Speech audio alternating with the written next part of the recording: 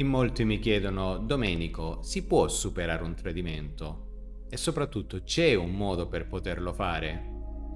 Oggi risponderò a questa domanda all'interno di questo video. Intanto mi presento, io sono Domenico Iapello, sono un Love e Life Coach formato in PNL del 2011. Su questo canale aiuto uomini e donne a riconquistare la persona amata con gentilezza ed eleganza. Ora, detto questo, andiamo subito a noi. Si può superare un tradimento? La risposta più scontata è dipende, ok? Dipende da tantissimi fattori, dipende dall'importanza di questa relazione, dipende dal grado di simbiosi e di sintonia che si è creata nella coppia, dipende dal fatto che una persona possa farlo puramente per uno sfizio personale, per un ego personale, oppure per una situazione in cui si sono verificati tutta una serie di eventi e entrambi nella coppia si è gestito un po' il rapporto in una maniera un po' superficiale, ecco, mettiamola così. Cioè, veramente ci sono tantissimi fattori, quindi dare una risposta del tutto precisa non sarebbe giusto, ecco, mettiamola così.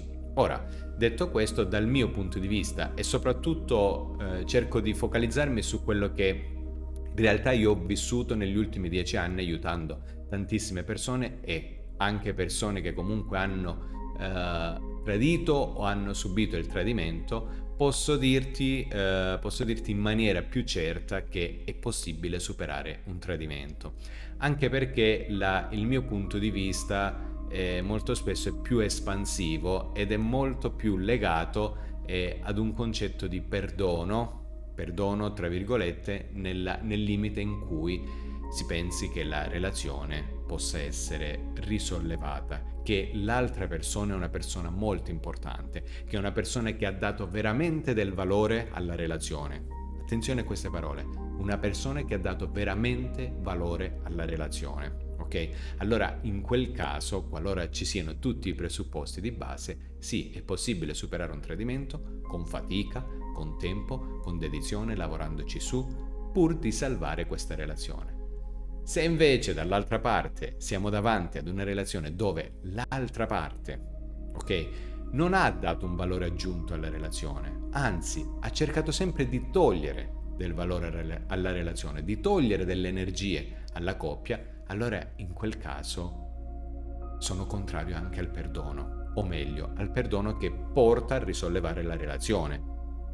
Potrebbe esistere soltanto un perdono di natura divina, ecco, definiamolo così, un perdono che magari nel cuore piano piano cercherai di perdonare questa persona, ad ogni modo ognuno continuerà a fare la propria vita, ognuno per sé, ecco. Quindi, sulla base di quello che ci siamo detti fin qui, se il tuo obiettivo è quello di risollevare una relazione nella quale c'è stato un valore aggiunto, nella quale veramente vale la pena salvarla, allora sì, il perdono è possibile e superare il tradimento è possibile, certamente, ok? Se poi hai bisogno di parlarmi in maniera più approfondita della tua situazione, trovi tutto in descrizione, ti basterà scrollare sotto questo video e se ti è piaciuto lascia un like e perché no, iscriviti al canale. Un abbraccio e alla prossima. Ciao!